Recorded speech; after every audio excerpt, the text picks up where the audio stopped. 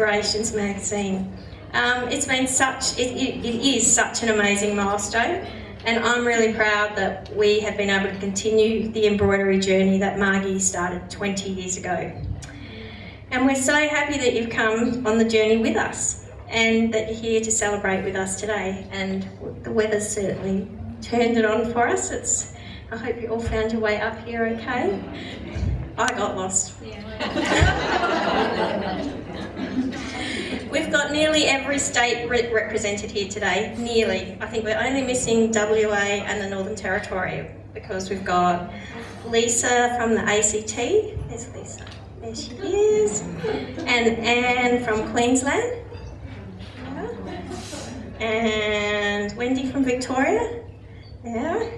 And Val from Tasmania. And did I say Anne from Queensland? There she is. Yep. So well, and thank you for coming so far to be with us. I think we've got someone from Tanunda, not quite interstate, but nearly. Oh, we've got it. Oh, that's right. I'm sorry. I've forgotten your name. Ellen Brown. Ellen, who was lucky enough to be on holidays and has been able to come to the launch from New Zealand. So we're really well represented today, which is lovely. So welcome to our special guests, and we've also got Ariane and Carol here from the Embroiderers Guild of South Australia. And the Embroiderers Guild are really great supporters of us, so welcome and thank you for coming to the launch.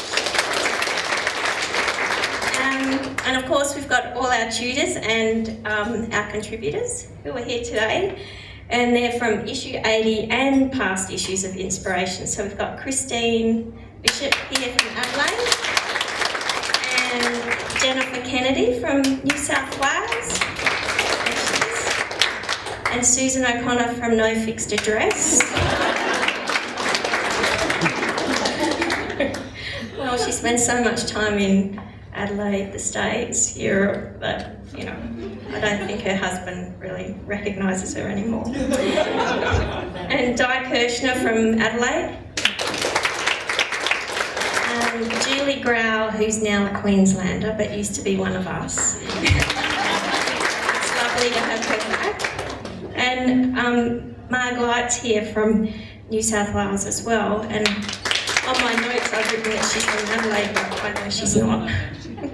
And Alison Snap couldn't be with us today, but she was coming, but she couldn't be here, so Alison Snap, so thanks, Laura. And the CB team are there, up the back there.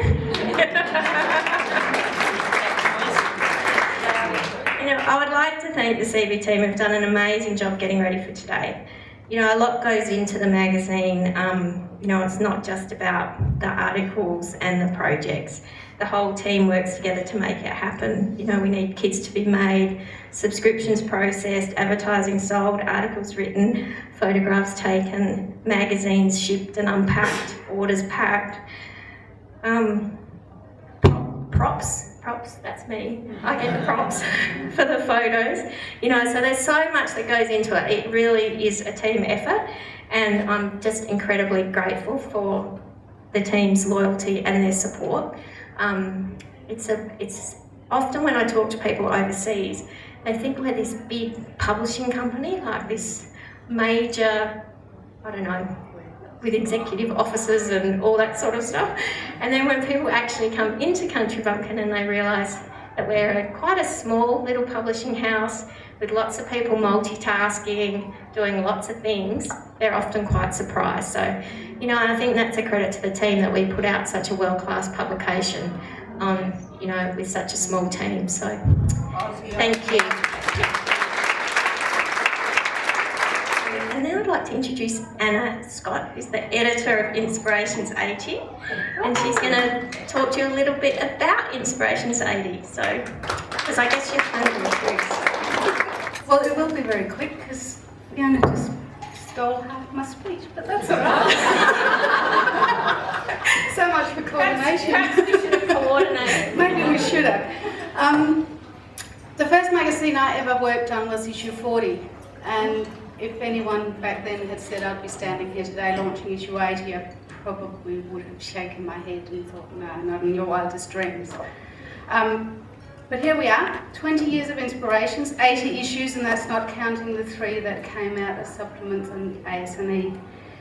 So it is quite an achievement for a magazine that is so specialised to stay in circulation and increase its readership over such a long time. I don't think there's many other so specialised interest magazines that can boast of having a 20-year history. As Fee mentioned, and as you probably all know, Inspirations was the brainchild of Margie Bauer. And she had this idea that she wanted to create the world's most beautiful embroidery magazine. In short, everything Margie did had to be the best of the best, and we'd get into work and nothing better than the best would do. And I think that's part of what's kept it all going, and to me personally, that's what makes it interesting to work for Inspirations, is that each issue we try and better and we try and beat what we did last time. And so, yeah, call me competitive if you like, but that's how it goes.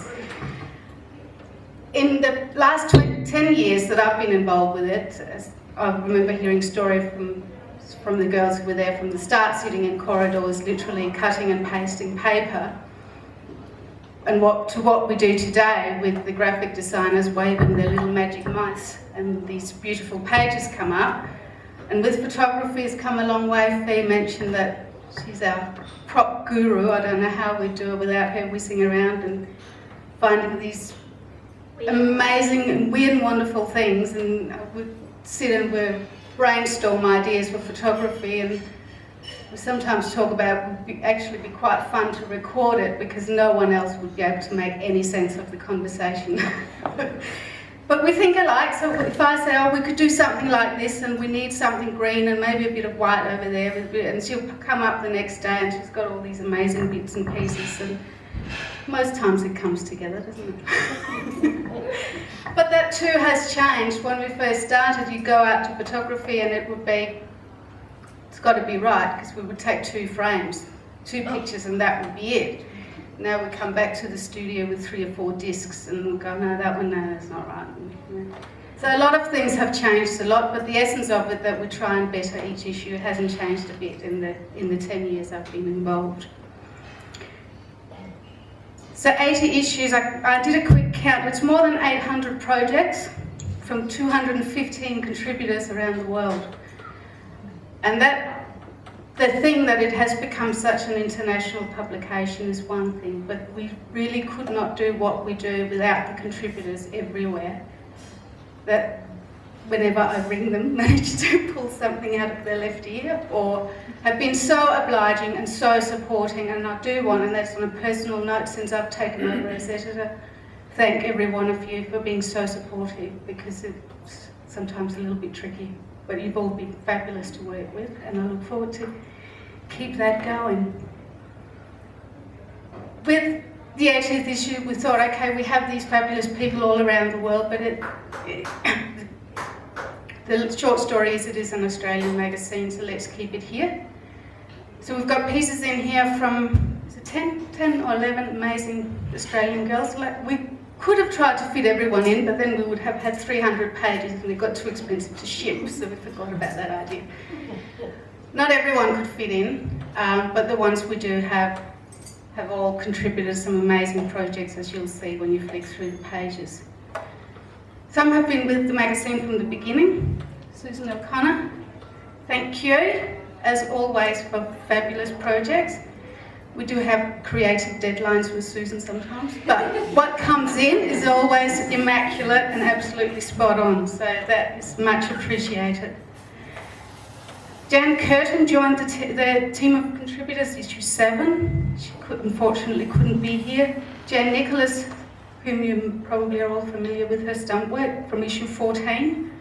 Jenny McGuinney joined us with issue 23. So some of these just shows you how long, most of these people we still work with. So it does become very long, ongoing relationships. And the list goes on. Yvette Stanton, Julie Grau's been contributing to Inspirations since issue 29. 24. Whoa, and prior to that, ASNE, I believe, so that's been a very long friendship there too. Mark Light's been part of the team since 38, longer than me. All these thoughts. Christine Bishop joined us at 42 and have contributed quite a few pieces since then, and a lot of support from me personally, so thank you. Alison Snepp and Alison Cole, two amazing embroiderers. They've both been with it. They've been with us from 61 and 73, which is not that old, but Alison Cole worked for other book publications prior to that. And then our latest newest friend, Jennifer Kennedy. We haven't officially met yet, but I'll come and chat to you later. And that's one of the things that makes my job really exciting. I'm probably one of the only people that gets paid to surf the net and find embroidery. That's really cool. And that is what makes it exciting, is when you meet new people, find equally geeky embroiderers around the world who are just passionate about what we do. A little bit embroidery geeky, that's okay. So just to finish off, so I think it was Fee that said to me one day, well, it's your magazine now. And it really threw me, because I don't think I could ever think of it as my magazine. I'm kind of the one that pulls a few strings and makes sure it gets on paper. But at the end of the day, it's your magazine. It's the reader's magazine, because if you didn't read it, we wouldn't have the lovely jobs we did. So thank you, and I hope you'll continue to read it and let us know what you like and what you don't like, because that's the only way we learn. And enjoy your day, and thanks for coming.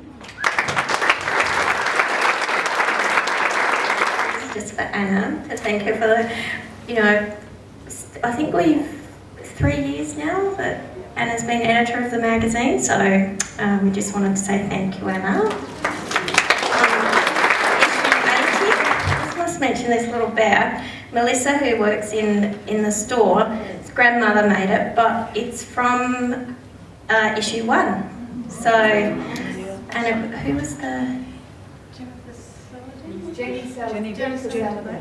Okay, yeah. So, and she's made 9 of them since then. So it's nice to have something from issue 1 here. So it's really nice to see some of the lovely thing about Country Bumpkin is we have a lot of regulars, who I call our regular stitchers, who come to Stitch and Chat every week, and we see their faces every week, and a lot of you are here today, which is really nice, and we thank you for your support.